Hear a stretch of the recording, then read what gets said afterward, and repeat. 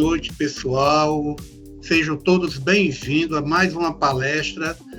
Hoje nós temos a grata presença da professora Lorena, tá? Ela vai nos agraciar com a sua palestra sobre estratégias e desafios na busca por hits moleculares antiparasitários a partir de produtos naturais, tá? A professora Lorena é graduada em Química Industrial, mestre em Ciências Moleculares pela UERJ e doutora em Ciências pela UFSC, tá? Com estágio sanduíche na Pharmacy and Biometric Institute em Johann Gutenberg, Universität Mainz, na Alemanha. Fez pós-doutorado na USP e atualmente é professora adjunta da UFSC. Professora Lorena, seja muito bem-vinda, tá? E fique à vontade para nos agraciar com sua palestra. Tá, muito obrigada pela apresentação. Gostaria de agradecer, né, ao LAPMIN, ao PPG-100, né, pelo convite, ao professor André, que me convidou para estar aqui hoje com vocês.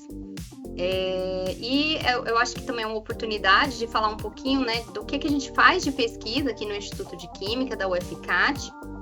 Eu estou na universidade desde 2016 e eu tomei a liberdade de trazer um pouquinho das minhas linhas de pesquisa, né, antes de começar o tema aqui da palestra, para vocês conhecerem um pouquinho, né, do que a gente faz. Então, eu faço parte, né, desse laboratório, que é o Laboratório de Bioquímica e Química Orgânica, o LabOrg. O LabOrg fica no bloco N, né, em frente ao Laboratório de Ensino de Química. E eu trabalho lá com a professora Elaine, com a professora Richelle, na parte de Química de Produtos Naturais. Então, nós trabalhamos, né, com plantas, a professora Elaine trabalha mais com fungos comestíveis, né?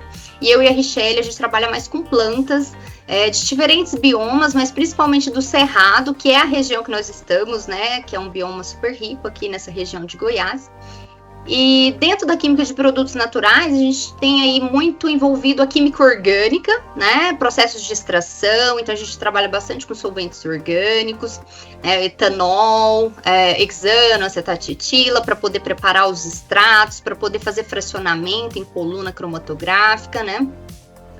No laboratório a gente tem um HPLC DAD, com um detector DAD, um analítico e um semi-preparativo, né? Para quem não conhece, o HPLC é cromatografia líquida de alta eficiência, né? Que são equipamentos muito importantes para quem trabalha com química de produtos naturais, para fazer a parte de purificação dos extratos, né? Que os extratos são muito complexos. A parte de identificação, né, dos compostos, dos constituintes desses extratos de produtos naturais, nós temos no Instituto de Química o GCMS, né, que é cromatografia gasosa acoplada, espectrometria de massas, e a gente também trabalha em colaboração com outras instituições, né, na UFA a gente trabalha com a colaboração lá nos multiusuários, lá, né, no laboratório de multiusuário para fazer a parte RMN, né, de ressonância magnética nuclear. E a cromatografia líquida acoplada, espectrometria de massas de alta resolução, a gente tem feito com a professora Késia, lá na Federal de São Carlos. Aqui eu vou falar um pouquinho das minhas linhas de pesquisa, né? Nós temos, então, alguns ensaios enzimáticos estabelecidos no LabOrg hoje, né? Esses ensaios enzimáticos para buscar substâncias bioativas desses produtos naturais, né? Nós trabalhamos com a elastase e com a tirosinase para aplicação cosmética, né? A elastase é uma serinoprotease, né? Que ela cliva peptídeos, né? O colágeno, a elastina. As enzimas, elas são essenciais, né? Elas catalisam reações químicas, né? Elas são essenciais, mas quando elas estão superexpressas, né? Elas trazem doenças, né? No caso da elastase e da tirosinase, quando elas estão superexpressas, a gente tem os problemas dermatológicos, né?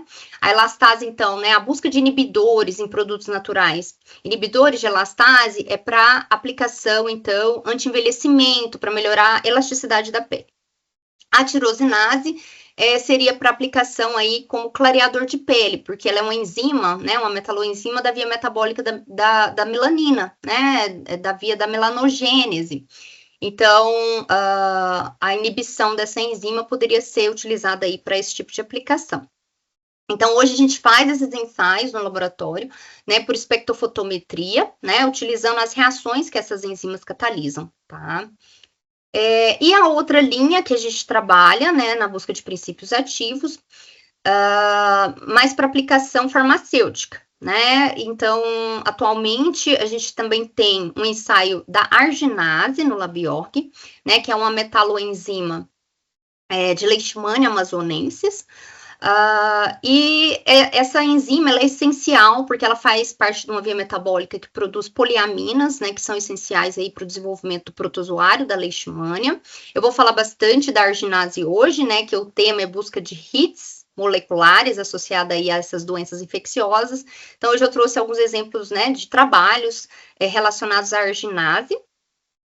Nós também trabalhamos com malária, né, com essa outra enzima, que é a enolase.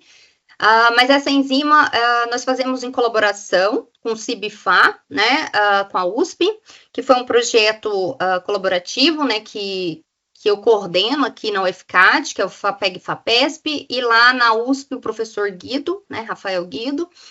Então, nós fazemos a parte química de produtos naturais aqui, e eles fazem a triagem enolase lá. A enolase é uma enzima glicolítica essencial aí para o desenvolvimento do protozoário causador da malária. Os projetos, né, que nós temos em andamento hoje, né, esse é um projeto de inovação, né, que está dentro do MyDai, que é o Programa de Mestrado e Doutorado Acadêmico para Inovação, que atualmente eu estou coordenando, e esse projeto ele é em colaboração com a empresa, né, então o objetivo é gerar produtos inovadores, né, no caso aí descobrir, né, princípios ativos para aplicação cosmética, né? E nós fazemos esse trabalho em colaboração com a Biocap, né? Então, esse é um projeto que eu estou coordenando atualmente, tem uma aluna de mestrado, né? E alunos de iniciação científica envolvidos nesse projeto. Um outro projeto que a gente tem hoje, né? Dentro dessa linha de cosméticos, também com empresa, né? Mas não dentro do MyDai. É um projeto da FINEP, né, de bioeconomia, na verdade, aí que além de uma empresa que é a Livia Aloe, né, que é uma empresa de fitocosméticos, onde eles fazem toda essa parte de produção, né, desde plantar, né, até preparar os extratos das plantas e incorporar, né, nesses cosméticos. Tem também envolvidos aqui instituições nacionais, universidades internacionais, né, e aqui, como eu comentei, ele é um projeto de bioeconomia, né? Então, os resultados da pesquisa aí visam favorecer uma comunidade, que são as Guerreiras de Canudos, são mais de 320 famílias, e a intenção seria que essas mulheres, né, que têm conhecimento popular, né, do uso medicinal das plantas, pudessem vir a ser aí fornecedoras de matéria-prima para essa empresa, né, que é a Livia Aloe. E aí, agora eu vou falar da linha de pesquisa relacionada às doenças infecciosas, né? Então, para contextualizar, né, e trazer um pouco de informações, né, o que seria esses hits moleculares, eu vou falar um pouquinho dessas doenças, né? Para quem não conhece, né, a leishmaniose e a malária, elas são doenças causadas por parasito, né, por protozoários de diferentes espécies. Então, nós temos diferentes espécies de leishmania, diferentes espécies de plasmodium, né? Que causam aí essas doenças infecciosas. E ambas as doenças são transmitidas por insetos hematófagos, né, que são os mosquitos aí que se alimentam do nosso sangue. E quando eles estão infectados, né, com esses protozoários, eles trazem aí o desenvolvimento da doença. Existem fármacos, né, que são utilizados para o tratamento dessas parasitoses atualmente, né, frente à leishmaniose são utilizados os pentavalentes antimoniais, só que são fármacos bastante tóxicos, né, uma quimioterapia aí que precisa ser aplicada, né, intravenosa. Na malária, a gente tem aí o problema da resistência, né, do parasito, frente a alguns fármacos, né, que são utilizados para essa parasitose. Atualmente é utilizado, frente às cepas resistentes, né, de Plasmodium falciparum, é utilizado uma terapia combinada de derivados de artemisinin. Mas esse é um dos grandes problemas, né? Tanto para a leishmaniose quanto para a malária, né? Os parasitos, eles começam a desenvolver resistência frente aos medicamentos, né, que são utilizados para terapia, né, dessas doenças infecciosas. A malária, se tem um investimento um pouco maior, né, em relação à pesquisa, né, tem algumas iniciativas público-privadas, né, que tendem a estimular esse investimento em pesquisa e desenvolvimento de fármacos, né, aqui eu coloquei algumas, que é o MMV, não sei se alguém já ouviu falar, né, que é o Medicines for Malaria Venture, o DNDi, que é o Drugs for Neglected Disease Initiative, né, então nós temos algumas iniciativas, mas mesmo assim, né, existe essa necessidade aí de buscar por novos fármacos, e dentro dessa abordagem, né, como que a gente poderia buscar substâncias, né, que pudessem aí driblar essa questão, né, da resistência do parasito em relação aos medicamentos existentes, né? Uma forma seria explorar por novas vias metabólicas essenciais desses micro-organismos, né? Então, entra aí a química medicinal, né? A busca por novas vias metabólicas que possam ser aí essenciais. Esses parasitos, eles têm ciclos, né, de desenvolvimento, replicação intracelular, né, então seria interromper essas vias, né, de transmissão, de replicação, e aí entra os alvos biológicos, né, onde uma grande quantidade de fármacos, né, utiliza hoje proteínas, né, como alvos biológicos, né, no caso aí, as enzimas. E nessa busca de princípios ativos, a gente tem aí os produtos naturais, né? Então, os produtos naturais não são só necessariamente as plantas, né? Aqui a gente trabalha muito com planta, né, no LabOrg, mas a gente tem micro-organismos, fungos, organismos marinhos, né? E o Brasil é um grande detentor aí da biodiversidade vegetal, né? Nós temos diversos biomas, e dentro, né, desses produtos naturais, a gente busca os metabólitos secundários, né? O que seriam esses metabólitos secundários? Os metabólitos primários, né, das plantas, eles são utilizados para o desenvolvimento da planta, né? Gerar frutos, flores. Os metabólitos secundários, né, são moléculas de baixo peso molecular, que são utilizadas para ações secundárias, né, como para defesa, né, da planta. E eles são produzidos, né, dependendo aí das características do bioma que essa planta está inserida, né? Então, são influenciados pelos fatores bióticos e abióticos, né? Por exemplo, a característica do solo, né, a temperatura, né? Então, dependendo, né, da localização dessa planta, também vai ter alteração dos constituintes, da concentração desses constituintes na planta, de que tipo de compostos que são produzidos, né? Então, aí a gente tem um mundo, né, para explorar. E tem várias revisões atuais, né, relacionada ao uso de produtos naturais para desenvolvimento de fármacos, né, e eu gosto bastante dos artigos de Newman e Craig, né, e eles trazem que ainda existe uma grande influência, né, dos produtos naturais nos fármacos, né, no desenvolvimento de fármacos atualmente.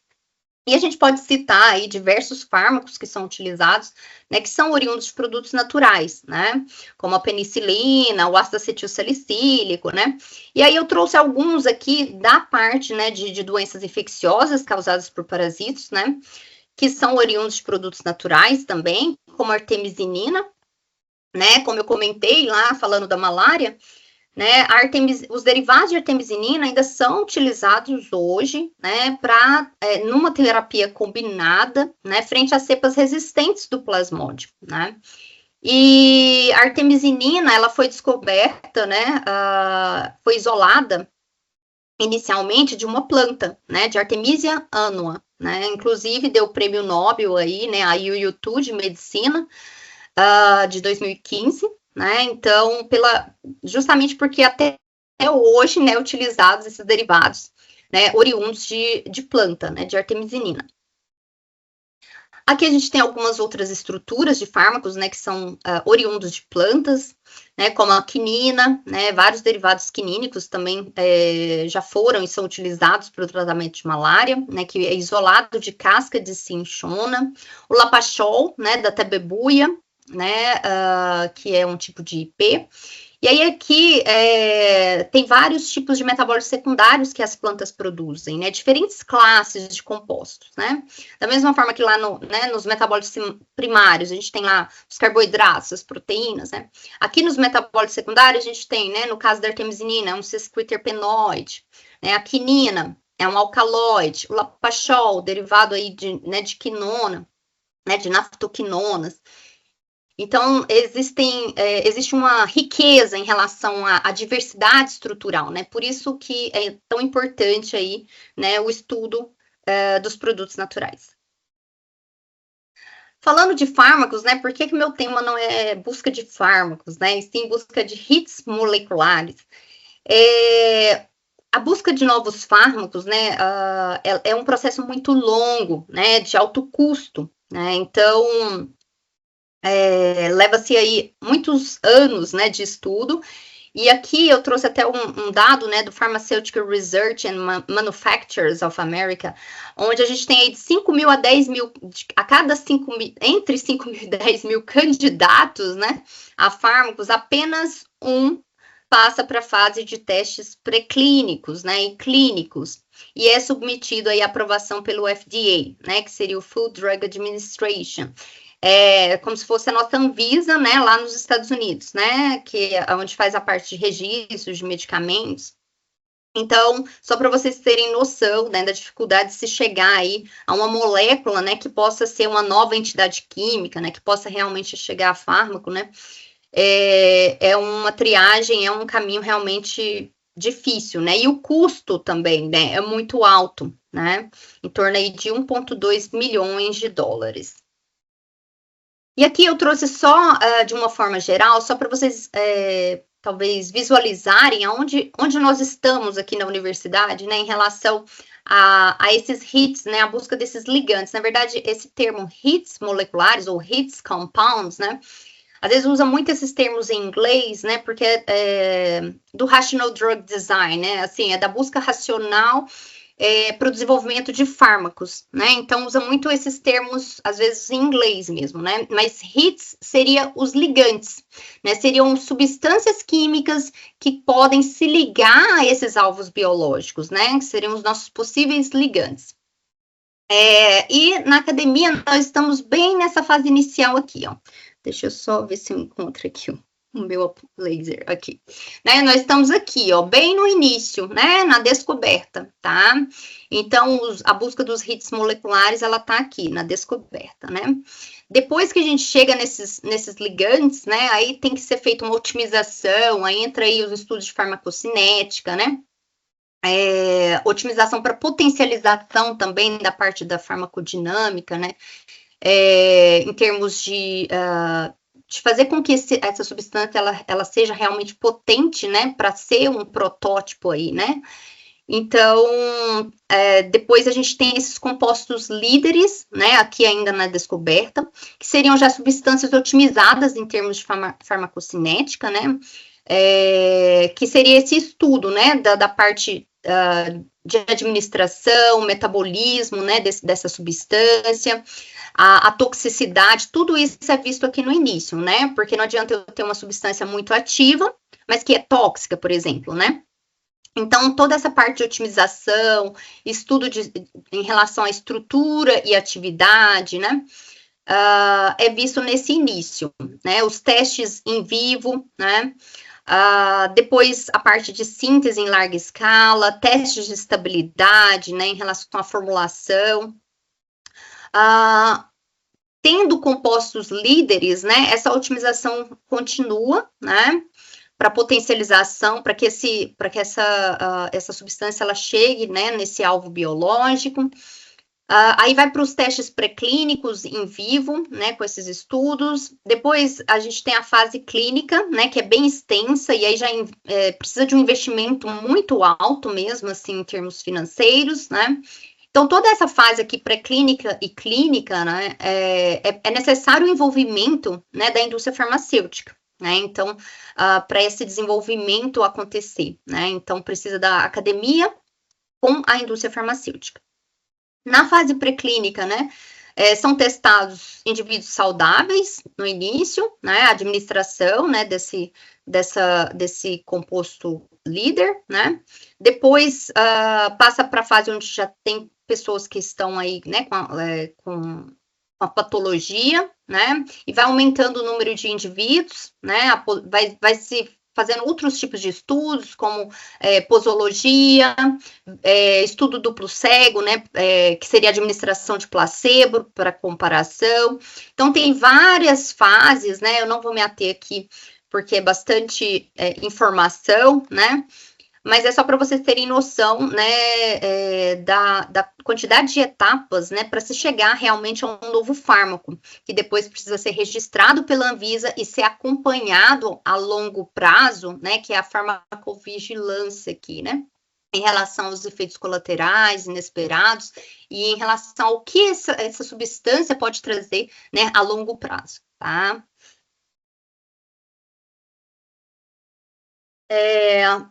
Então, eu vou falar um pouquinho, né, sobre essa parte da busca desses inibidores enzimáticos, né, então, falando, né, tanto da parte de ensaios in vitro quanto in sílico, o que seriam esses ensaios enzimáticos, né, para buscar inibidores, então, a partir de produtos naturais, né? Aqui eu vou falar de produtos naturais, porque é a minha linha de pesquisa, né, mas as triagens também são feitas com produtos, né, com substâncias sintéticas, tá? Não necessariamente só produtos naturais, né? O que seria um inibidor, né? O inibidor, né, seria a substância que vai se ligar a essa enzima, né, que vai interagir com essa enzima de alguma forma, né, aí essas interações intermoleculares a gente também pode determinar, né, tanto experimentalmente, quanto por docagem molecular, vou comentar um pouquinho sobre isso, né, mas seria a molécula que interage com a enzima, né, impedindo que a sua atividade catalítica aconteça, né, que as enzimas, elas são catalisadores, né? Aqui ilustrando isso, né? Então, a gente tem aqui, né, a enzima, né? Ela se liga a um substrato e gera aqui o produto que é liberado, né? E a enzima, ela volta a efetuar sua atividade catalítica, né? Ela é um catalisador. Quando a gente tem um inibidor, né, ele vai se ligar nessa enzima, não necessariamente ele precisa ser uma estrutura análoga, né, ao substrato, né, mas ele precisa interagir com essa enzima de forma que ele impeça com que essa atividade aconteça, né, então esse seria um possível ligante. Aqui é representando como se fosse um inibidor competitivo, né, que a gente fala, que é quando o inibidor, ele se liga no sítio catalítico da enzima, né, bloqueando a entrada do substrato. Mas a gente tem diversos tipos, né, de inibidores.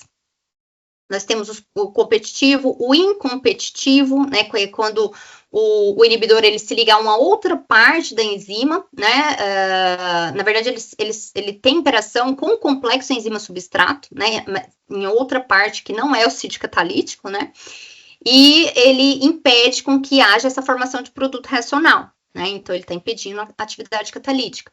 Tem os não competitivos, né, que se ligam tanto com a enzima livre quanto com o complexo enzima-substrato, né, em uma outra região também da enzima, e aí vai, né, a gente tem os irreversíveis, né, nós temos tem diversos tipos, né, de inibidores em relação, né, a essa busca de ligantes aí para aplicação farmacêutica. O que hoje a indústria farmacêutica faz, né? Eles trabalham muito com a parte de docagem molecular, né? A triagem virtual, geralmente, ela é feita, né? E depois a triagem in vitro, até pelo custo, né, dos ensaios. E hoje a gente tem trabalhado, né, dessa forma, né, também. A gente trabalha com estudo in vitro e in sílico, né? Porque é importante ter os dois, né, para ter mais informações também em termos desse ligante, que tipo de interações que está acontecendo entre a enzima, entre o inibidor, né, Então, esse estudo pode ser feito, né? A gente fala estudo em sílico, quando é por cálculos computacionais, que é a docagem molecular, ou estudo in vitro, que seria a parte experimental, né? Seria realizar esses experimentos e ver se realmente o que foi visto, né, pelos cálculos computacionais, se isso realmente procede, né? Se isso vai acontecer de forma experimental, tá? A docagem molecular também, ou estudo em sílico, né, é um método que consiste aí na predição desse modo de ligação das moléculas, né, de baixo peso molecular, no sítio de ligação da macromolécula, nesse caso a enzima, né. Então é possível verificar quais interações que estão acontecendo, né? Se está acontecendo, por exemplo, interações hidrofóbicas, ligação de hidrogênio, qual parte da molécula, né, está interagindo com o sítio catalítico, por exemplo, da enzima, com quais resíduos de aminoácidos essas interações estão acontecendo. Mas essa docagem, ela só é possível se a gente tem o conhecimento estrutural da proteína, né? Geralmente, se observa lá no PDB, né, que é um banco de dados, né, se a gente digitar aí no Google PDB, né, você procura a estrutura cristalográfica da proteína, né, então é necessário ter esse conhecimento da parte estrutural para fazer estudo em sílico, né.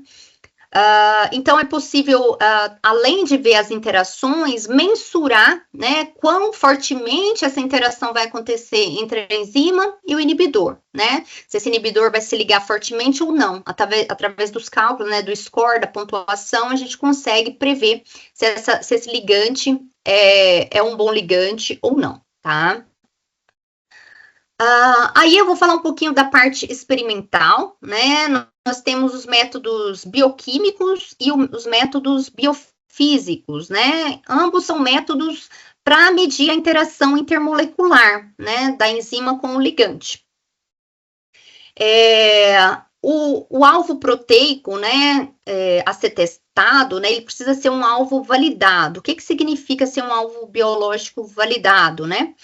Tem que ser uma enzima que já se comprovou, né, por abordagens, por exemplo, genéticas, de knockdown, tem algumas abordagens de estudos em vivo, né, que confirmam, né, por exemplo, com deleção de genes, né, que a ausência daquela enzima realmente vai impedir o processo infeccioso, né. Então, por exemplo, a arginase que a gente trabalha hoje é um alvo validado, né? Então, realmente, se eu inibir a ação, se a gente inibir a atividade catalítica da arginase, né, nós vamos ter o impedimento do desenvolvimento da doença, do processo infeccioso, né, da leishmaniose, tá? Então, aqui, né, dentro desses estudos bioquímicos e biofísicos, qual que é a diferença, né? Geralmente, os estudos bioquímicos envolvem a presença do substrato, né? Então, eu tenho a enzima, geralmente o ensaio ele é feito como? Deixa eu perdi meu laser point aqui, peraí. Geralmente o ensaio ele é feito como, né? Você tem lá as condições ideais, né, para a enzima, né? Tampão, temperatura ideal, tudo, né, que faz com que essa enzima tenha o seu potencial ótimo em termos de atividade catalítica, né?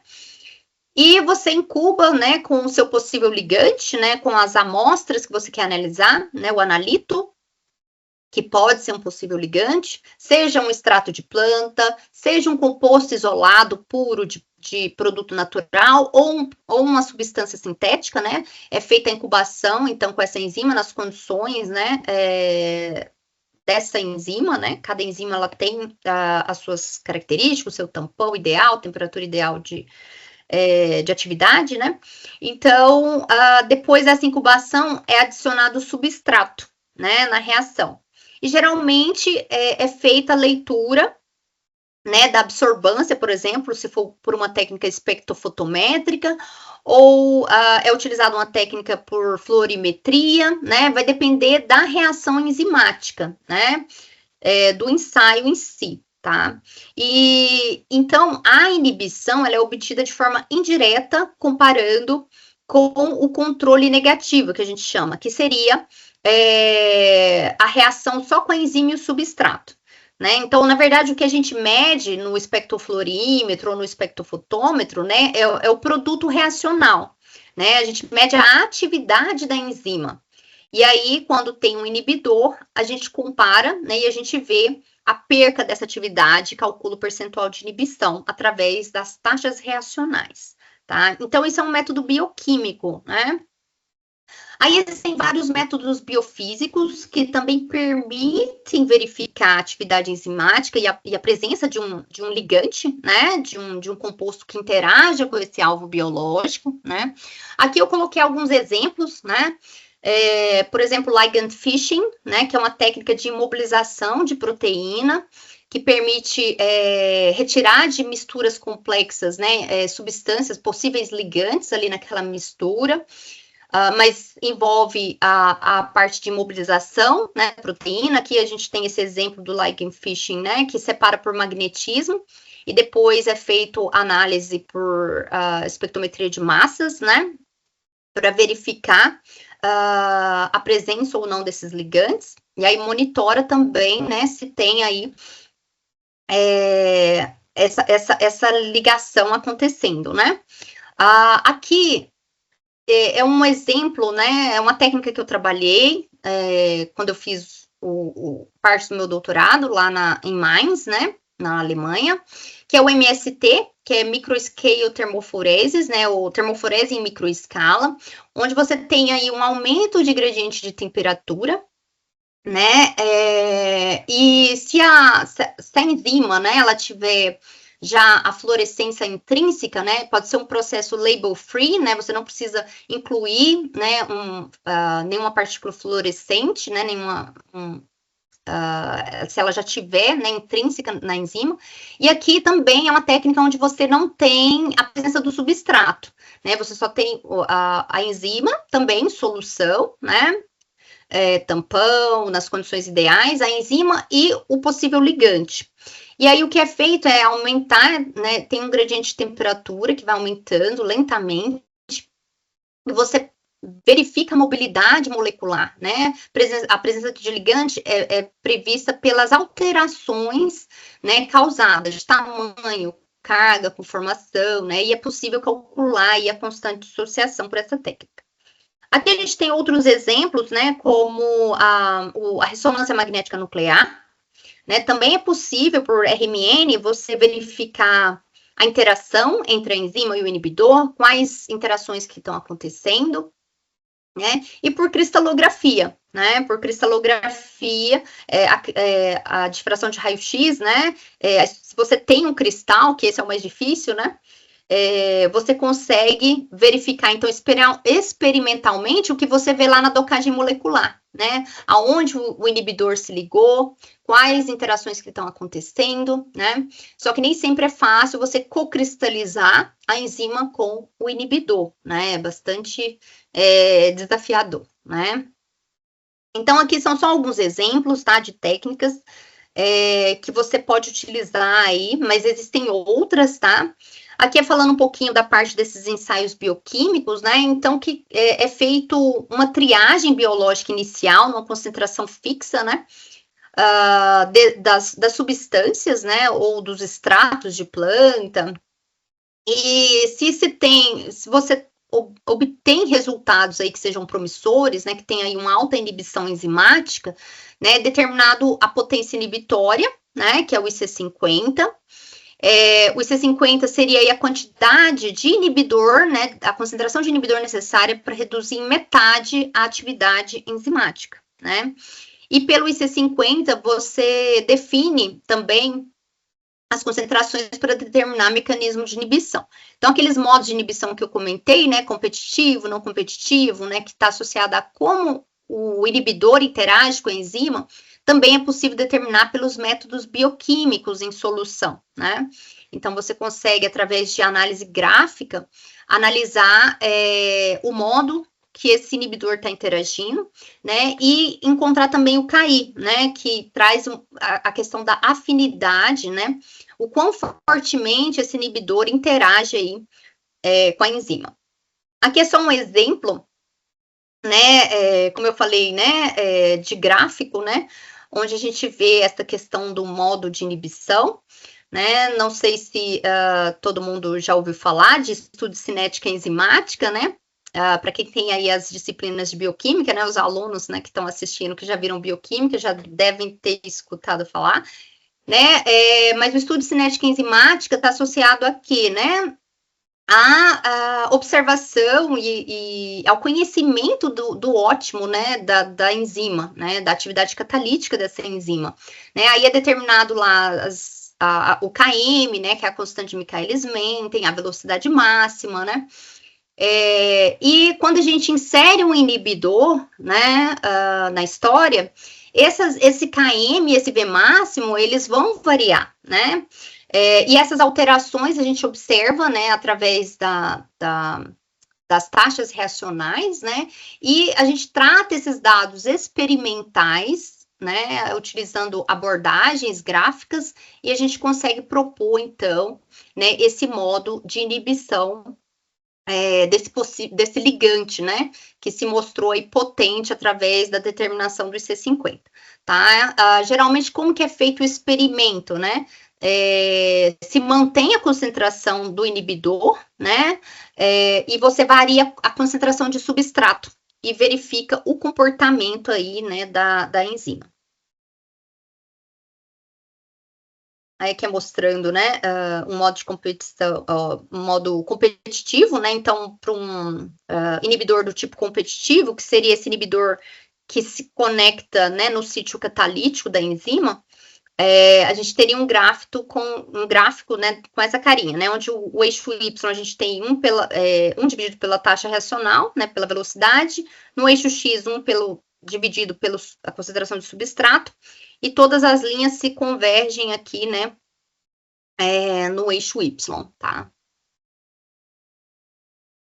Bom, aqui é falando, né, do que a gente está fazendo hoje com a arginase, né, no laboratório. Então, a gente trabalha com os extratos das plantas, né?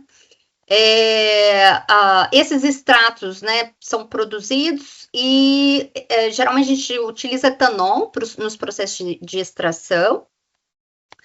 Nós fazemos a identificação desses compostos, então, a desreplicação, né, para saber o que tem nesses extratos. Então, os compostos são identificados. E aí a gente vai para o estudo in silico, tá? Então, após a identificação, nós trabalhamos com a parte de docagem molecular, que é feita em colaboração com o pessoal lá de Mainz, né? Eles fazem a parte de docagem molecular. E se a gente tem possíveis ligantes, né, substâncias que não sejam inibidoras de arginase, conhecidas como inibidoras de arginase, aí nós decidimos se avançamos com aquela planta ou não, né? Então, dependendo dos estudos in silico, nós passamos para essa etapa aí de fracionamento bioguiado, né? O que seria esse fracionamento bioguiado? Seria utilizar cromatografia, né, para separar essa mistura complexa, e aí as frações a gente vai testando no ensaio enzimático, e a gente só fraciona aquela fração que for ativa, né, então seria um estudo guiado por ensaio enzimático. E até chegar, né, no possível inibidor, né, no composto aí que é isolado, tá?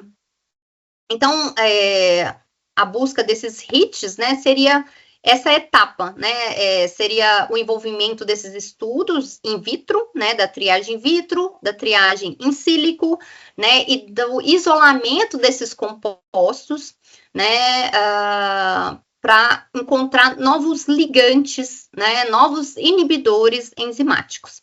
Depois, né, esse estudo ele continua, né, tentando otimizar as características estruturais, né, por exemplo, potencializar o IC50, a afinidade, não só isso, mas outras características que são importantes, né, para administração oral, por exemplo, né, de um fármaco, tá? Ou mesmo para a substância conseguir atingir, né, esse alvo biológico, porque nem sempre que a gente testa tem uma inibição enzimática, né? Porque nós trabalhamos com a enzima isolada, né? Mas ela está dentro de um protozoário, né? No caso da leishmania, né? ela está dentro do protozoário, essa enzima, dentro de uma célula macrófaga dentro do organismo. Então, assim, são vários compartimentos biológicos que o composto tem que atravessar para chegar nesse alvo, né? Aí aqui eu vou compartilhar já alguns resultados, né, que a gente tem tanto de malária quanto de leishmaniose, né, em busca então dessas substâncias com atividade antiparasitária, tá? Esse foi um trabalho do meu aluno de iniciação científica, né, o Geraldo, ele fez iniciação científica e ele trabalhou com essa planta. Não sei se vocês conhecem, né? Popularmente ela é conhecida como pau-terra, né? O nome científico é Qualia grandiflora, né? Essa espécie é da família das Volquisiáceas. E ele trabalhou com o fruto e com a casca dessa planta, né? Aqui nós não testamos diretamente em alvos biológicos isolados, né? Por isso eu até coloquei esse exemplo aqui, né? Porque tem várias formas de você buscar agentes antiparasitários, né? Aqui a gente já testou direto no parasito, né, da malária, né? Então foram feitos testes in vitro no protozoário. Existem vantagens e desvantagens para as diferentes abordagens, né? A dificuldade, né, quando você testa já no parasito, é que você não vai ter conhecimento do mecanismo de ação, né? Você tem ali, né, um composto ativo, mas você não sabe qual que é a via que ele atua, qual que é o mecanismo. E para o fármaco isso é muito importante, né? Por isso que às vezes é mais interessante você já ir pesquisar por um alvo, uma inibição, né, por um alvo específico, porque aí você já sabe, né, o mecanismo de ação, tá? Mas aqui a gente começou, né, testando in vitro, né, e aí se teve um resultado bastante interessante, tanto do fruto quanto da casca do caule dessa planta, né, com IC50 aí na faixa de nanogramas por ml, né, e tinha baixa citotoxicidade, que é o que eu comentei, né, não adianta só ter um composto que seja potente, né, ou aqui no caso um extrato, né, que seja potente, se ele for citotóxico, né, então tem que ter baixa citotoxicidade. Então, como nós tivemos esse resultado interessante, foi testado também em vivo, né, em camundongos, e após 5 dias, os frutos, né, tiveram 100% da redução da parasitemia, né, do desenvolvimento protozoário. E aí o Geraldo fez o estudo químico, né, a parte de análise dos dados espectrais, né, foi feito cromatografia líquida acoplada à espectrometria de massas de alta resolução. Gente, para quem nunca ouviu falar, né, o que seria esse equipamento, né?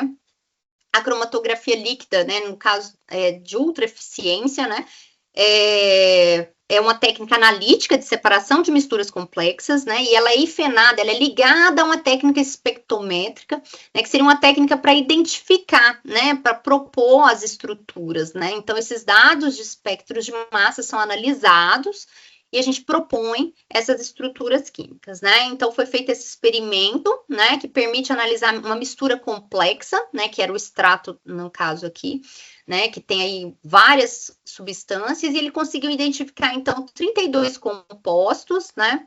Dentre os compostos que ele identificou, né, eu coloquei só algumas estruturas aqui para demonstrar, né, alguns esqueletos, né, que foram identificados, destacando aqui o ácido elágico. O ácido elágico, ele já é conhecido pela atividade antimalárica, né? Então, ele tem atividade em vivo, né? E possivelmente, né, ele é o composto aqui responsável por essa atividade biológica que foi encontrada nessa planta pau-terra, porque ele foi encontrado tanto no fruto, né, quanto na casca do caule, tá? Aqui eu vou falar um pouquinho da arginase, né? A arginase, ela é uma metaloenzima trimérica, né, que catalisa, e como eu comentei com vocês, né, reações na via metabólica das poliaminas, né, então as poliaminas, elas são muito importantes para o desenvolvimento do protozoário da malária, tá? Outro aspecto importante na busca de inibidores enzimáticos de protozoários é a busca de seletividade, né? Então, você quer inibir a enzima do protozoário, né?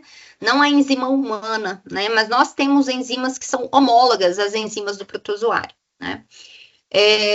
Então, a seletividade é importante pensando em, por exemplo, efeitos colaterais, né? Minimizar efeitos colaterais. Então, a seletividade é muito importante. O sítio catalítico, né, da arginase é composto por esses resíduos de aminoácido, né, histidina, ácido aspartico, e essa enzima ela é encontrada tanto na forma mastigota quanto na promastigota. A forma promastigota é a que fica no intestino lá do mosquito, né, que é transmitida tanto para humanos, né, a leishmaniose ela é zoonótica, né, ela também acomete canídeos e roedores, né. Mas quando está, né, no hospedeiro humano, essa promastigota se transforma em amastigota. Então, nas duas formas se tem essa enzima, nas diferentes espécies de leishmania tem essa enzima, mas na leishmania amazonensis tem uma concentração maior de arginase, né? E ela fica compartimentalizada nessa organela, no glicossomo, tá? Então, aqui a gente tem aqui só esse slide, né, só para contextualizar a questão da via metabólica da arginase, onde eu tenho, né, essa enzima, tanto na forma promastigota quanto amastigota, que eu tenho a ilustração, né, de um macrófago contaminado, né, por esses protozoários. Aqui desse lado direito, né, a gente tem o substrato que essa enzima utiliza, né, que é a L-arginina, tá? A L-arginina, o protozoário, ele é dependente da produção da L-arginina, né? Ele não produz L-arginina. Então, ele utiliza a L-arginina aqui do hospedeiro, certo? E aqui eu tenho a representação, né, do protozoário na forma amastigota, né, utilizando essa L-arginina. Então, a arginase, ela catalisa a hidrólise dessa L-arginina, produzindo L-ornitina, né, e ureia, que gera aí, né, nas próximas etapas reacionais, as poliaminas. Então, se tem a proliferação do protozoário. Quando a gente inibe, né, a arginase aqui, né, do protozoário, o que acontece? Essa L-arginina, ela vai ser utilizada principalmente por uma outra via, porque tem uma outra enzima que usa a L-arginina também e que gera espécies reativas de oxigênio, tá? Levando aí à morte do protozoário, tá? Então, essa é uma enzima que já foi estudada, investigada em relação ao que eu comentei, né, da validação do alvo biológico, né? Então, isso foi demonstrado em vivo que a ausência da enzima do protozoário realmente leva a morte do parasito, tá? Então, isso daqui é só para mostrar isso. Isso aqui é o nosso ensaio, né, por espectrofotometria. Né, nós temos um ensaio acoplado, que foi desenvolvido aqui no LabOrg, né? Eu trabalhava com essa enzima já, então eu trouxe para Catalão, né, para o UFCAD, nós estabelecemos esse ensaio aqui, e ele é um ensaio acoplado, né, utilizando a arginase e uma outra enzima, a urease. Tá? Então, o produto da reação da arginase, né, além da L-ornitina, é a ureia, né? Então, a ureia é utilizada nessa outra etapa reacional. Então, a gente tem uma segunda hidrólise aqui pela urease. E o produto reacional, depois dessas etapas aqui, né, é o azul de indofenol. Então, é uma técnica simples para espectrofotometria, né? Então, a gente lê na região do visível a 600 nanômetros. E aí, se a gente tem uma alta absorvância, a gente tem uma alta atividade enzimática, né? Se a gente tem baixa absorvância, a gente tem a inibição, né? E a gente consegue mensurar pela taxa reacional. E aqui são alguns trabalhos, né? Como eu comentei, eu já trabalhava com essa enzima, né? Então, no meu doutorado, né, eu já tinha identificado várias substâncias de planta, né? Utilizando essas abordagens que eu comentei com vocês, né? Eu trabalhei com murici, todo mundo conhece murici. É uma frutinha do cerrado, né? Mas eu trabalhei com as folhas e com as cascas do caule, tá? E aí a gente conseguiu isolar vários flavonoides, derivados de galeoquímicos, né?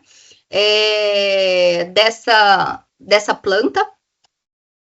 E essas substâncias, né, foi determinado o mecanismo de inibição e tudo, foi feito também correlação de estrutura e atividade.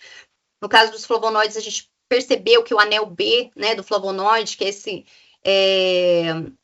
anel aqui, que é esse grupo catecol, né, é muito importante para a interação, né, com a enzima. Esses são inibidores não competitivos, né, de arginase. Os galoquínicos também, né, foi feito também uma correlação em relação à atividade, porque foram isolados várias substâncias, né, derivados galoquínicos, e percebeu-se que essa unidade galoil também é muito importante, né? Quando a gente testa só o ácido químico sem nenhum galoil ligado aqui, né, praticamente perde, né, a atividade, o valor de C50 é muito alto, né? E quando se tem unidades galoil, a gente tem uma potência inibitória muito grande, quase nanomolar, né? De 0,1 a 0,05 micromolar, né? Então, esses são algumas das substâncias, né, que a gente já tinha encontrado. Nós também trabalhamos aqui, né? Como eu comentei, a professora Elaine, ela trabalha com macrofungos, né? Com fungos comestíveis, e ela trabalha com carboidratos, né? As minhas alunas de iniciação científica, né, testaram algumas das fucogalactanas, né, que foram as substâncias que ela isolou aqui, os alunos, né, da professora Elaine isolaram desse fungo aqui, né, Acrocib aegerita, tá? E essas substâncias, elas foram testadas. Na época elas eram alunas de iniciação científica, depois elas fizeram mestrado também, mas esse foi um trabalho que elas fizeram, né, ainda na graduação. Foi determinado o mecanismo de inibição, IC50, né, tudo por esse método espectrofotométrico, né, e elas detectaram aí um inibidor competitivo, né, então foi a primeira vez que se encontrou um biopolímero, né, inibidor de arginase. E aqui, só para a gente fechar, né, eu trouxe os desafios, né?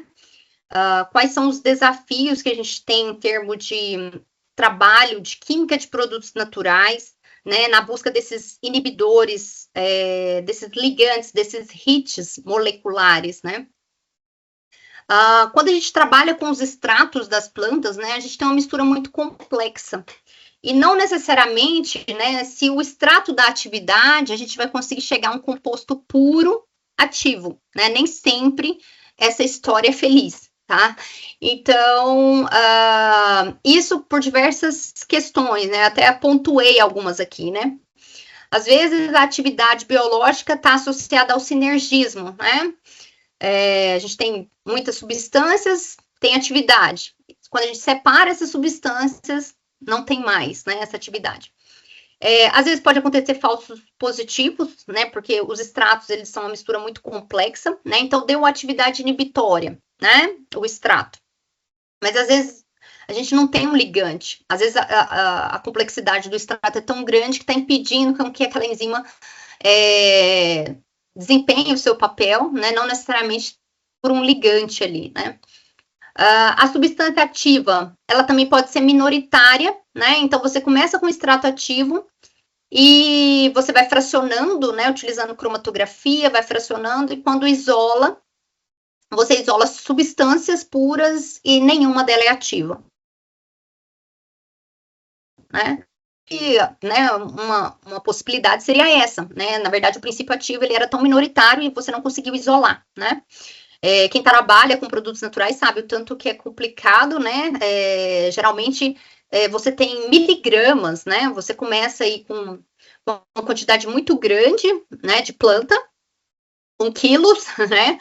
Aí você produz gramas de extrato, e aí você chega no final lá com 1 miligrama, 2 miligramas de substância, às vezes nem dá para fazer os ensaios, né? Então, pode ser devido a um composto minoritário, né, que é ativo. Uma outra coisa que pode acontecer é a degradação do composto durante o processo de purificação, né?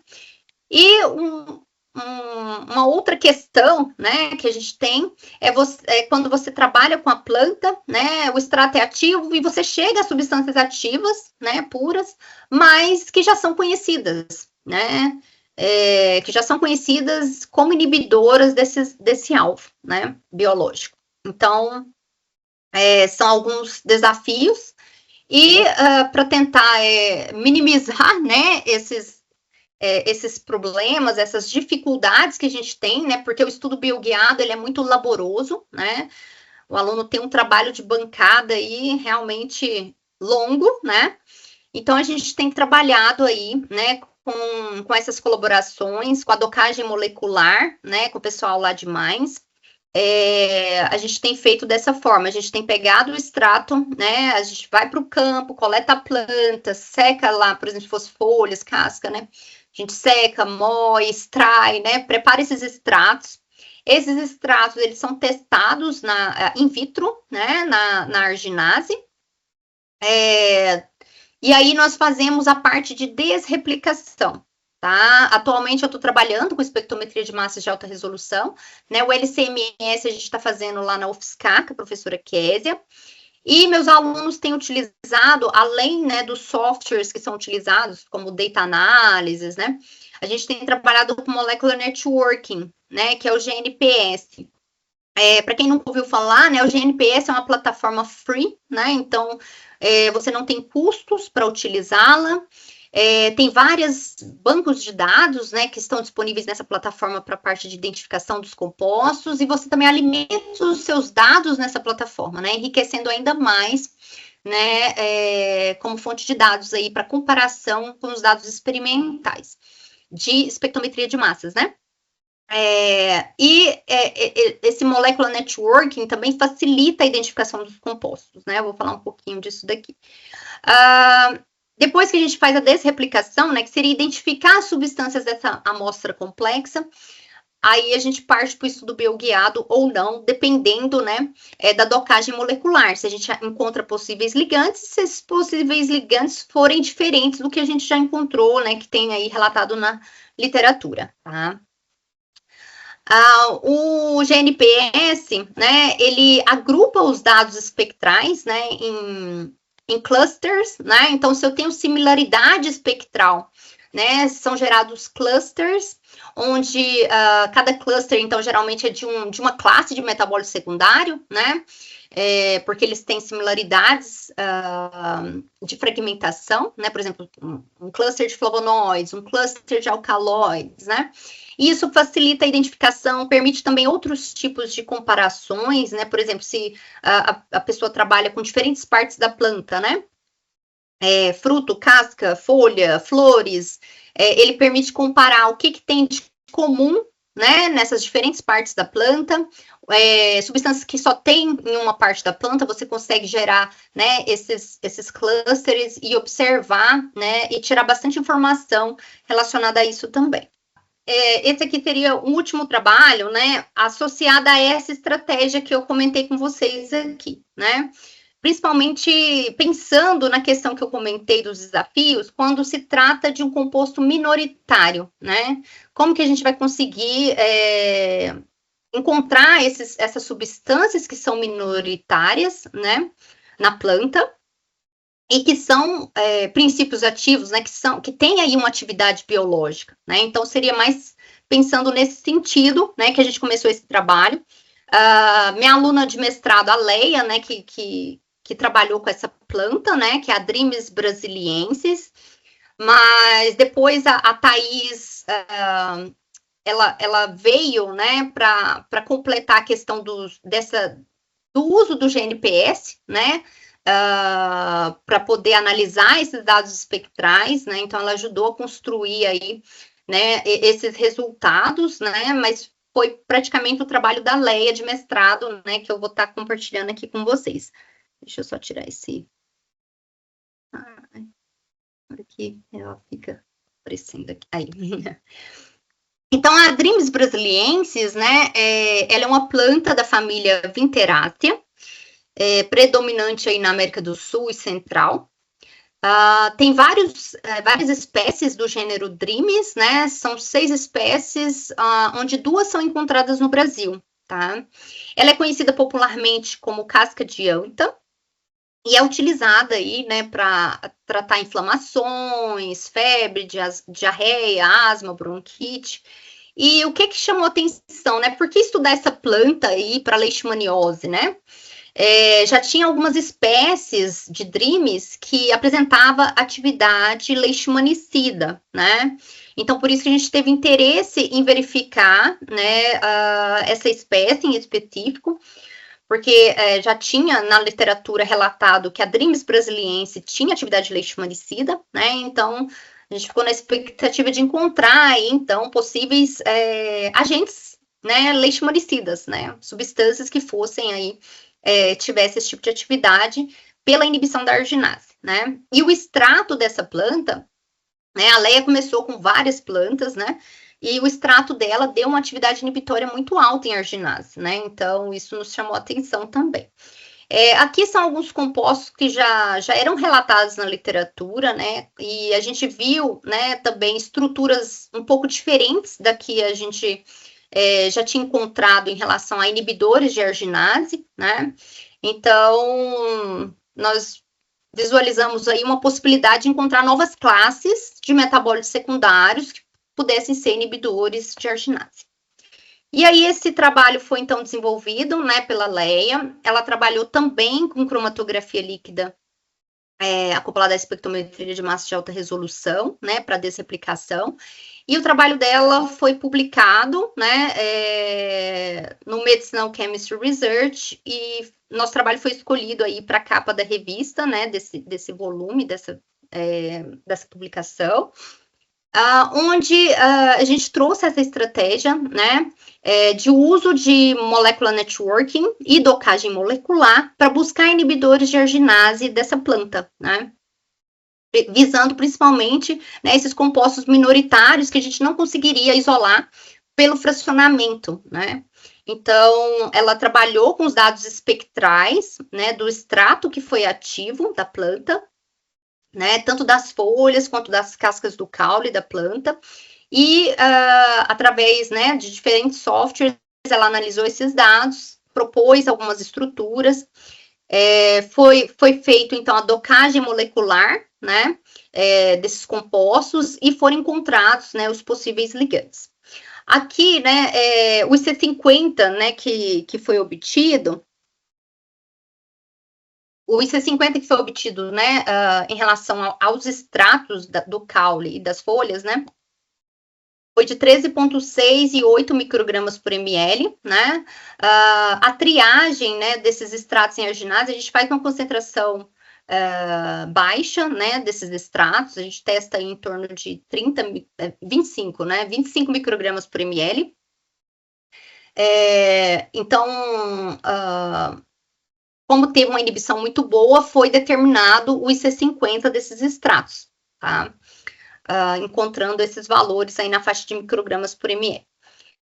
Dentro da rede espectral, né, que foi gerada, né, ela tinha 212 nodos, onde 82 foram encontrados conectados, né, se obteve aí 18 clusters, essas redes que vocês estão vendo aqui, né, esses clusters, são os agrupamentos que eu comentei com vocês, né, então os espectros que têm similaridade, eles ficam agrupados, ligados dessa maneira, né, e os que não têm similaridade, eles ficam isolados, assim, né. Aqui essas cores, né, em azul a gente tem as folhas, em vermelho, casca do caule, né. Então, como eu comentei, né, essas redes moleculares a gente permite também verificar, né, o que eu tenho de substâncias que estão presentes na folha e na casca, por exemplo. Então, os nodos que têm as duas cores, né, significa que o composto está tanto na folha quanto na casca, né, os que têm uma cor só, por exemplo, esse aqui que está só azul, significa que esse composto aqui, né, ele está só nas folhas, tá? Então, cada bolinha dessa daqui, né, cada nodo, que a gente chama, né, é relacionado a um espectro de massas, né, é relacionado a uma substância, tá? Que quando são similares, ficam agrupadas nos clusters, tá? Não sei se ficou tão claro, né, para quem nunca ouviu falar. Então, foram identificados 10 compostos, né, dessa rede aí, né, foram identificados 10 compostos, incluindo flavonoides, ácidos fenólicos e derivados do ácido hidroxissinâmico, tá? Como que é feita a identificação, né, gente? Além, né, da análise desses dados espectrais, né, as substâncias que são anotadas pela plataforma, os alunos, eles comparam esses dados com a literatura, né, para verificar se realmente são esses compostos, né, é verificado o erro também, né, que tem que estar aí abaixo de 5 ppm, tá? E aqui ilustra a ampliação, tá, desses clusters com as substâncias que foram identificadas em relação a cada nodo, né, então a gente encontrou flavonoides glicosilados, né, alguns com ácido cumaroquínico, ácido clorogênico, então foram identificados também alguns compostos que já eram conhecidos como inibidores de arginase, mas dentre esses compostos, substâncias que ainda não eram relatadas na literatura, né, como inibidoras da arginase, tá? Então, foram encontrados novos ligantes, né, e para comprovar a parte de docagem molecular, né, que foi realizada, aqui é uma ilustração, né, dessa docagem molecular, mostrando aí, né, os tipos de interações com os resíduos de aminoácidos, o valor de score que foi encontrado, né, em relação a prever, né, essa interação entre enzima e inibidor, quão fortemente eles estariam ligados, né, mas a gente precisava comprovar, né, o que a gente viu por cálculos computacionais, né? Então, a gente testou as substâncias, né? Aqui eu só coloquei a que deu uma maior atividade, né? Mas nós encontramos 2 novos inibidores. E aqui é o ácido dihidroxibenzoico, né? E foi determinado o IC50, tendo aí uma potência de 4,7 micromolar. E aí eu finalizo a minha fala aqui, né, agradecendo, né, os órgãos de fomento, os colaboradores, né, todas as instituições que estão envolvidas, os professores, aos alunos, né, que estão aí trabalhando. E esses foram os trabalhos que eu trouxe para compartilhar hoje, né? O laboratório está lá aberto para quem tiver o interesse de conhecer, né? Estamos sempre abertos aí. Eu acho que eu deixei meu contato lá no início, né? No início da minha apresentação, né? E eu fico à disposição aí para as perguntas, né? Que tiverem. Lorena, muito obrigado pela apresentação. Eu acho que falo em nome de todos quando digo que foi uma bela apresentação, realmente muito interessante, muito bacana aprender um pouquinho com coisas que são completamente diferentes daquilo que é a nossa zona de conforto, né? Aquilo que a gente faz no dia a dia. Eu acho que é a maneira melhor de aprender, né? Vendo e com coisas diferentes. Tá bom. E temos perguntas, Lorena. Tá. Antônio, quer começar com a primeira? Claro, sim. Professora Lorena, a nossa colega Aline Lara, ela, né, disse que gostou muito do tema e ficou curiosa. E a pergunta dela é o seguinte: algum desses extratos de plantas do Cerrado que são estudados são coletados na região de Catalão? Sim, dos meus alunos foram coletados aqui, né? Alguns foram coletados aqui. Alguns extratos eu trouxe de São Carlos, né? Então foi coletado lá em São Carlos, né? No Cerrado de lá. E alguns a gente coletou aqui, né? Esse que eu mostrei agora, se eu não me engano, foi coletado em São Carlos ainda. Mas a gente tem feito até alguns trabalhos que ainda estão em desenvolvimento para comparar os extratos que a gente coletou lá, né? No Cerrado de lá, Cerrado Paulista com o Cerrado de Catalão, né, justo até para comparar, né, a questão dos metabólitos, quantidade que produz, porque o ambiente é diferente, né, o solo daqui, né, então, assim, também é um trabalho que a gente está fazendo aí, né, mas algumas plantas a gente coletou lá e algumas aqui, tá, na fazenda da UFCAT, tem o Cerrado aqui também, como é que chama ali, onde é uma reserva que tem aqui em Catalão, que a gente coleta também, né? Passo do Geralmente quem me Pedrinho? acompanha aqui é o Passo do Pedrinho, é ali mesmo. Quem me acompanha nas coletas aqui é o professor Helder, né? Ele é biólogo, né? E aí, sempre que vai para a coleta, ele vai comigo e com os meus alunos, para poder identificar as espécies. Ô, Lorena, deixa eu aproveitar aqui, em cima dessa pergunta que foi feita, e dizer assim, vocês ainda já iniciaram um trabalho de mapeamento das plantas aqui para que você possa desenvolver e ampliar essa pesquisa dentro da Universidade Federal de Catalão? Você já tem um mapeamento ou uma ideia nesse cenário? Eu acho que o Helder seria a pessoa mais adequada para falar. Eu não sei se tem trabalhos nesse sentido, assim, de mapeamento, mas deve ter, né, para conhecer as espécies que tem na região, certamente deve ter algum trabalho relacionado a isso. Porque Como eu fico mais com a parte química, né? porque na verdade assim, o que a gente avalia é que para que se possa ter estudo de substrato de planta, né, você deve ter um mapeamento já pré-existente ou algumas indicações para que você possa ir ali, né, fazendo coletas, fazendo então esses levantamentos químicos posterior, né? Por isso que aí eu fiz essa pergunta. Sim. Então, como o biólogo conhece, né, ele já sabe aonde mais ou menos vai encontrar a espécie, né? Então, eu não sei se já foi feito esse mapeamento, mas ele já sabe, né? Geralmente a gente anda, ele já conhece, já sabe mais ou menos onde encontrar. Perfeito. Ô, Lorena, então gostaria de fazer uma pergunta em cima da temática também. E no caso igual você citou, a Universidade, né, Federal de Catalão tem uma fazenda. A última vez que eu fui lá, e já tem algum tempo, ela estava assim, largada, né, estava às traças, né. E na questão assim, de cultivar essas espécies nativas, né, mas assim, tê-las num espaço mais fácil acesso, ou que você possa até mesmo controlar os nutrientes que a planta está recebendo. Isso seria interessante para a sua pesquisa? Então, até dentro daquele projeto que eu comentei, da FINEP, né, que é buscando alvos para cosmético, substâncias, né, princípio ativo para cosmético, a gente tem um trabalho que envolve essa questão que você está pondo, né, só que assim, a princípio a gente busca essas plantas que são do cerrado, né, mas aí se a gente tiver, por exemplo, uma atividade interessante, né, um potencial inibitório, no caso da inovação, né, aí a gente vai precisar cultivar essas plantas in vitro, né, para que elas possam, no caso, né, para aquela comunidade poder plantar, né, para ter um escalonamento, né, pensando assim em alta produtividade, né, porque a gente vai precisar de muitas folhas, né, geralmente a gente pega as folhas, né, porque caule, né, ou então usa plantas mais rasteiras, né, porque a árvore também demora muito tempo, né? Então, tudo isso tem que ser pensado, né? Pensando assim, né, na aplicação depois, né? Se for fazer o escalonamento, se realmente chegar a uma substância que seja interessante, né? Aí é feito esse estudo, né, de cultivo in vitro, né?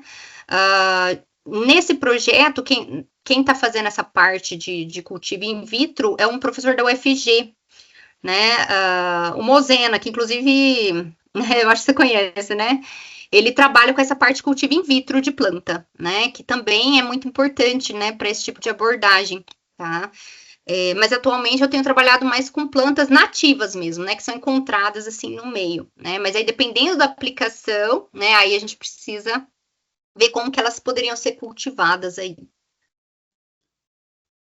Aí é um outro desafio. A minha pergunta, professora, aproveitando já essa sequência, tá? É o seguinte: há muito tempo atrás, na verdade, 24 de março de 89, o cargueiro Exxon Valdez causou o maior desastre ecológico na região, na costa do Alasca, né? 38 mil litros de petróleo foram derramados naquela região. Usou-se de água quente, né, para diluir esse petróleo, não foi em frente porque muito flora e fauna marinha foram destruídas. E a Universidade de Illinois, junto com a ABD do Exército Americano, conseguiram usar vamos dizer assim, uma bactéria, a aeruginosa, se eu não me engano, para combater esse derramamento. A minha pergunta é o seguinte: nós, que eu sou da área de mineração, né, nós temos um negocinho chamado drenagem ácida, tá? Um líquido formado principalmente, geralmente, algumas vezes, por enxofre. A minha pergunta é, existe alguma bactéria, alguma planta que poderia ser utilizada para, vamos dizer assim, combater essa acidez dessa água, dessa drenagem? Tem vários trabalhos na linha ambiental, né, na parte de meio ambiente, né, que estuda micro-organismos, né, para esse tipo de ação, né, em relação à poluição ambiental, né, inclusive a aplicação, por exemplo, em efluentes industriais, né, porque a gente tem aí, vamos supor, uma indústria, né, a indústria gera resíduos, né, esses efluentes industriais, muitas vezes eles vão parar no rio, então precisa ter um tratamento desses efluentes, né? Então, geralmente, existem várias pesquisas relacionadas principalmente o uso de micro-organismo. Planta, eu honestamente, né, não sou da área ambiental, assim, né, de pesquisa para a área ambiental, eu não conheço, né?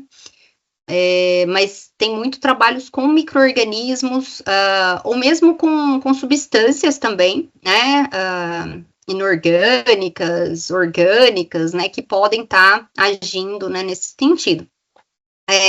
Aí você comentou isso, eu lembrei, né, de uma outra questão que a gente tem no Cerrado, que é mais próximo, né? Você deu um exemplo bem distante, né? Mas aqui no Cerrado a gente tem um grande problema, que são as queimadas, né? E assim, as queimadas, como que as plantas, né, conseguem sobreviver a isso, né, brotar e a gente tem aí tudo novamente, né? As queimadas é um fator aí, né, que influencia, né, na produção de metabólitos secundários, né? E, inclusive, regiões que têm, né, essas adversidades, né, a gente acaba tendo até um interesse maior em buscar essas substâncias, porque a planta ela precisa sobreviver, então ela gera substâncias que são bastante interessantes aí, né? Que a gente tem interesse de investigar aí em relação à atividade biológica também, tá? Obrigado, professor. Imagina. Posso continuar, André? Pode ir para a próxima pergunta aí, ó. Temos o Eileen, professora, ele é também doutorando, tá? Ele está dizendo que o tema é muito interessante e a pergunta dele é a seguinte: ele gostaria de saber quais são os aspectos que devem ser analisados antes de escolher o inibidor. Existe a chance de escolher o inibidor errado e, em vez de inibir o efeito, o reagente acaba acelerando o efeito, tornando-se um catalisador? Tornando um catalisador. A escolha do inibidor, né? Na verdade, a gente escolhe o alvo biológico, né? O inibidor, a gente vai investigar por esse inibidor, né? A gente pode investigar tanto em produtos naturais, em mistura de compostos ou substâncias puras, como substâncias sintéticas, né? A gente também pode investigar as substâncias sintéticas, né? Geralmente, né, a indústria farmacêutica ela faz um high throughput screening, né? Ela pega lá, faz triagem de milhares de compostos, né? Então, assim, vários compostos são triados frente a um alvo biológico, né? E aí você encontra, através daqueles métodos, né, que eu comentei com vocês, né, seja qual for o método, você vai encontrar uma resposta, né? E se você vê que tem um inibidor, que tem um ligante, aí vem várias outras etapas, né, como eu comentei, para potencializar esse inibidor, né? Às vezes ele é inibidor ali na enzima isolada, mas quando vai para o estudo in vitro já não tem inibição, né? Então, pode ser que esse inibidor nem chegue no alvo biológico, porque ele precisa ultrapassar vários compartimentos biológicos para chegar lá, né? Então, precisa fazer uma como é que fala? Alterações estruturais, né? Modificações estruturais para que essa substância consiga atingir o alvo, né? Se ele for seletivo, né? Porque ainda tem essa questão da seletividade, como eu comentei, né? Não sei se é bem isso a sua pergunta, né? Mas, por exemplo, ele inibe o alvo biológico do parasito, mas ele também inibe a enzima humana, né? Isso pode ser um problema, né? O que pode ter de problema é que às vezes vai inibir uma enzima que é essencial para a gente, e isso pode trazer os efeitos colaterais, né? O que acontece com os fármacos. Essa é a grande dificuldade. Você precisa encontrar substâncias que só iniba, né? Que só se liga àquela enzima, né? Mas pode sim acontecer de se ligar a outras enzimas no nosso organismo que são importantes, né? E aí a gente tem a questão dos efeitos colaterais, né? Mas, assim, para essa substância virar um fármaco, como eu comentei, é um caminho muito longo, né? Ele vai ter que ser ativo na enzima, depois in vitro, com baixa toxicidade, depois vai para o in vivo, né? Testa em camundongos, para depois chegar lá nos testes em humanos, né? Então, assim, é um caminho bastante extenso, né? Não sei se era bem isso a pergunta, não sei se respondi. Eu acredito que respondeu sim, professora. Vou continuar aqui com uma pergunta da Aline. Ela tem uma nova pergunta. E aí eu vou aproveitar para, antes da pergunta, fazer um comentário. A gente vê muito na questão do uso de produtos naturais na indústria cosmética, hoje sendo explorados na Amazônia. Então você tem aí a pripioca, que surgiu há muito tempo e é usado como perfume, que muita gente nem conhece, que é uma raiz. Você tem a andiroba, que é explorada, e aí agora você tem já a utilização também de açaí e outros frutos da Amazônia. Só tem um cenário. Uma coisa é você produzir para fármaco, outra coisa é você produzir para o setor de cosmético, né, que também precisa de uma atenção, de um cuidado, porque ali a gente acaba apelando para algumas propriedades, né, para valorização de algumas dessas propriedades, mas muito disso está sempre atrelado àquela origem popular. E a Aline, ela faz justamente essa pergunta. Se durante as suas pesquisas, as coletas de campo, você usa o conhecimento popular da comunidade para encontrar novos compostos. E eu já emendo dizendo o seguinte: bom, eu tive a oportunidade de passar pelo setor de cosmético, como engenheiro químico. Aqui no Cerrado, o que é que vocês têm pesquisado para esse segmento? O que é que já tem de linha definida? Ou o que de repente, esse lado popular já diz: olha, mas a gente usa isso, não é muito bom para o cabelo, muito bom para a pele, se vocês já estão explorando esse tipo de pesquisa. Tá. Então, em relação ao Cerrado, né, eu até participo de um outro projeto que eu nem coloquei aqui, que é o da FAPEG, também para aplicação cosmética, mas envolvendo frutos do Cerrado, né? Então a gente testa vários frutos do Cerrado, aí a gente tem vários, pequi, tudo, né? Cajuzinho, né? Então tem vários frutos que a gente está testando, né, frente a essas enzimas, mas assim, é um trabalho que ainda está bem no início, tá? A gente ainda tá bem no início, a parte do estudo químico, a parte de triagem, né? Então, os meus alunos estão trabalhando, também investigando, né? Buscando frutos do Cerrado. Né? Você comentou aí da Amazônia, né? A Natura, ela faz esse tipo de trabalho, né? Ela vai ali na região amazônica, né? Busca esses princípios ativos, né? A parte, né, de cosméticos, ela não é tão complexa em relação a gerar um produto, né?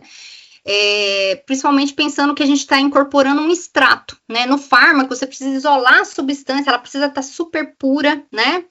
É muito mais complicado, né? Mas o uso do cosmético é tópico, né? E você incorpora nessas formulações o extrato da planta, né? Uma mistura de substâncias, né? Então é só aquela fase inicial, né? O processo de extração.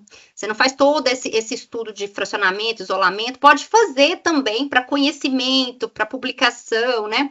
Mas pensando em custo para a empresa, né, não seria interessante ela usar um composto isolado, né, a não ser que desenvolvesse uma síntese orgânica que fosse mais em conta, né?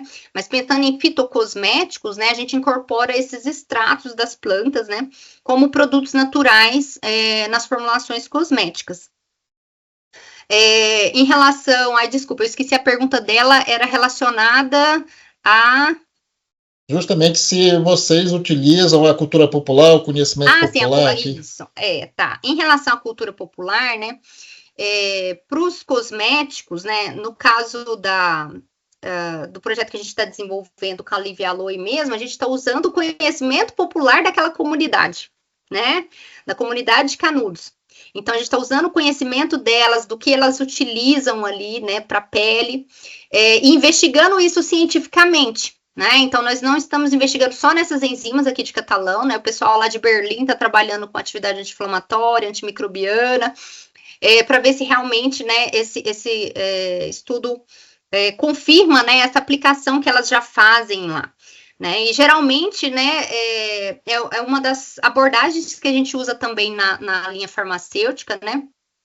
Quando se fala de produtos naturais, ver o conhecimento popular e investigar ele cientificamente, né, para ver se isso se confirma, né, não só necessariamente, né, nesse sentido, né, também tem outras abordagens, né, no caso do exemplo que eu coloquei, né, da Drimes, por exemplo, não foi pelo uso popular, ela tinha outros usos, o uso popular não tinha nada relacionado à leishmaniose, né, mas já tinha atividade leishmanicida do extrato, né, e de outras espécies daquele gênero, daquela planta, né, então, dependendo do objetivo do projeto de pesquisa, né, você usa a parte, né, de conhecimento popular, né, ou você pode utilizar também a pesquisa bibliográfica mesmo, conhecimentos, né, que já tem atividade na literatura, relatados, confirmação, né, já científica para verificar, né, a gente fala também de quimiotaxonomia, né, quando você tem o interesse de investigar uma classe específica de substância química, por exemplo, né, então não necessariamente você vai escolher a planta só pelo uso popular, né, a gente faz muito isso, sim, seja para cosméticos, seja para farmacêutica, mas existem outras abordagens também que a gente utiliza, né, na busca de princípios ativos, seja ele para cosmético ou para fármacos. Perfeito. Olha, é um assunto bem interessante, né? Assim, não tenha dúvida. Ô Lorena, e o que vocês fazem com a biomassa residual depois das extrações? O residual. Então, geralmente, né, esse extrato que a gente prepara vai depender, a quantidade que a gente vai preparar vai depender do objetivo também do trabalho. Se a gente for fazer só a parte de desreplicação, por exemplo, da LCMS, a gente não precisa de uma quantidade grande de planta, né? Então, a gente começa com uma quantidade bem pequena, coleta algumas folhas ali, já prepara o extrato, e aí prepara uma quantidade pequena mesmo, né? E utiliza para os ensaios biológicos e para a parte de LCMS, porque, por exemplo, espectrometria de massa, você precisa de microgramas. Os ensaios enzimáticos, a gente utiliza 5 miligramas, é suficiente para fazer os ensaios enzimáticos, né? Se vai para o estudo em camundongo, né, a gente já precisa aí de gramas, mas mesmo assim não é uma quantidade, né, muito grande. Mas quando a gente precisa isolar uma substância, aí a gente parte de quilos, né? E aí a gente começa com quilos de planta, né? Só que aí a gente vai utilizando nesse fracionamento, né? Então a gente fraciona e vai utilizando, né? E vai fracionando até chegar nas substâncias isoladas, né? Aí essas frações elas vão sendo testadas também, né? E isso vai minimizando, né? Vai diminuindo, né? Conforme vai sendo feito esse fracionamento, tá? Então, não tem assim um residual, né? Geralmente, depois de algum tempo, né? Se a gente não vai mais estudar aquela planta, aquelas frações que ficaram ali guardadas, se não forem mais ser estudadas, nem nada, é descartado mesmo, né? Como resíduo de laboratório. Mas geralmente a gente faz dessa maneira, né? Até para não ter tantos resíduos. Depende então do objetivo do trabalho, a gente prepara uma quantidade grande ou uma quantidade menor, né? Para poder fazer esses estudos. Então, mas a minha pergunta foi exatamente na quantidade de massa que você não usa no seu estudo. Por exemplo, quando você falou que você começa com as folhas, isso. E que a maioria do material não é o de seu interesse, você fica só com algumas gramas de quilogramas iniciais, essa biomassa, esses outros quilogramas não utilizados na pesquisa, normalmente vocês descartam mesmo? Sim, porque, por exemplo, a gente parte de quilo, né? Aí a gente seca, faz a moagem, e aí, geralmente a gente usa maceratão, então a gente coloca lá em 2 litros de Erlenmeyer de etanol, né? E aquilo ali fica por 3 dias, eles concentram em rotoevaporador, aí só vai retirando tudo daquela planta, né? Mas aí fica aquele pó lá que já extraiu tudo, a gente descarta, né? É feito o descarte desse material. Seria esse material que você fala, né? Isso, essa biomassa que eu tô interessado. Não, a gente descarta. Seja de folhas, seja de casca do caule, fruto. E geralmente é em pó, né? Só os frutos que a gente não seca, geralmente só dá uma quebradinha neles, né? Depende do aspecto, né? Tem fruto mais duro, tem fruto... Mas folha e casca, né? É o pó mesmo, né? Daquele material. Perfeito. Porque assim, hoje a gente tem algumas técnicas de aglomeração bem interessantes, o próprio MDF é assim, né? Então, às vezes, esse pó ele pode virar matéria-prima de outros trabalhos, né? Entendi. Legal. Nunca tinha pensado nisso, né? Que o material que a gente pode estar descartando aí poderia ser útil, né? Mas todo mundo trabalha com química de produtos naturais, né? Esse material geralmente a gente não usa mesmo para nada, assim. Mas interessante. Neilton, Antônio, perguntas? Só registrar aqui a participação do Gerson, né, dá parabéns à palestra. A Aline reitera após as 2 perguntas respondidas, que é incrível você usar o conhecimento popular e a abordagem científica. Né, e aí eu deixo aí com o Antônio para fazer as perguntas e as considerações dele.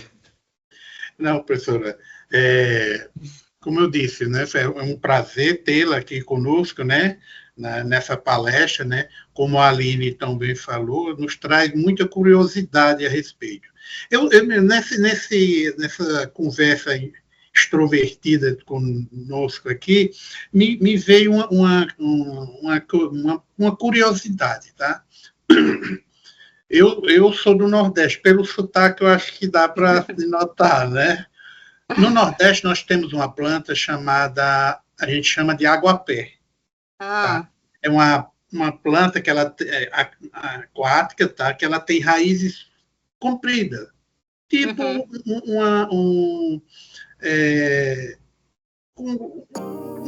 umas raízes compridas. E essas aguapé, geralmente, ela é usada principalmente, ela ocorre principalmente em açudes. E ela prende em suas raízes aquele material sólido, né? Aquele material sólido. A minha pergunta era, na região, se for de seu conhecimento, existe alguma planta que ela se desenvolva em ambiente ácido? Em ambiente ácido? De pequeno ou grande porte, não necessariamente. Eu não tenho conhecimento relacionado assim a plantas aquáticas. Vou ficar te devendo essa, viu? Tá bom. Mas eu não conheço assim plantas que se desenvolvem, né, em ambiente ácido. É que assim a gente trabalha muito com plantas, mas a parte biológica, a parte botânica, né, a gente sempre precisa do botânico mesmo, né? Então esse conhecimento nessa região ainda é muito bem específico. Não saberia te dizer. A minha pergunta foi desse então, porque nós temos algumas bactérias, né? O Bacillus ferroxida, que ele se desenvolve, né? Ele é usado para concentrar alguns minérios, principalmente de enxofre, né? Por isso, foi mais uma questão de curiosidade mesmo. Tá? Muito obrigada, professora. Não, imagina. Lorena, gostaria de pela palestra, pelos trabalhos que tem desenvolvido, né? Não é fácil fazer pesquisa no Brasil, pelo contrário, é muito difícil, ainda mais quando a gente consegue colaborar com tantos laboratórios, igual você apresentou. Novamente, meus parabéns, volte sempre, né? Estamos aqui sempre de portas abertas para ouvir novas pesquisas, para trazer nossos colegas, principalmente os que são prata da casa aqui da UFCAT, para falar para nós aqui da UFCAT. Tá? Novamente, muito obrigado e parabéns pelo trabalho. Imagina, eu que agradeço aí o convite novamente, né? Foi muito bom poder estar aqui presente, falando com vocês, né? Com essa discussão. Obrigada, gente. Então, para quem nos acompanhou até agora, né, que está aqui conosco ao vivo, a gente deseja uma boa noite. E para quem chegou até o final do vídeo, no nosso canal do YouTube, se inscreva no Lampinin, tá? Ative o sininho para receber as notificações das nossas palestras. Lembrando que sempre, às quartas-feiras, ainda estão sendo publicadas as palestras que foram e as apresentações que foram realizadas no Congresso Brasileiro de Fosfato. Então, você pode também estar acompanhando toda a programação técnico-científica que foi realizada no primeiro CBFOS pelo canal do Lampinin. Certo? Obrigado, Lorena. Uma boa noite a todos. Gente, boa noite. Até mais. Tchau, pessoal. Obrigado. Tchau, gente.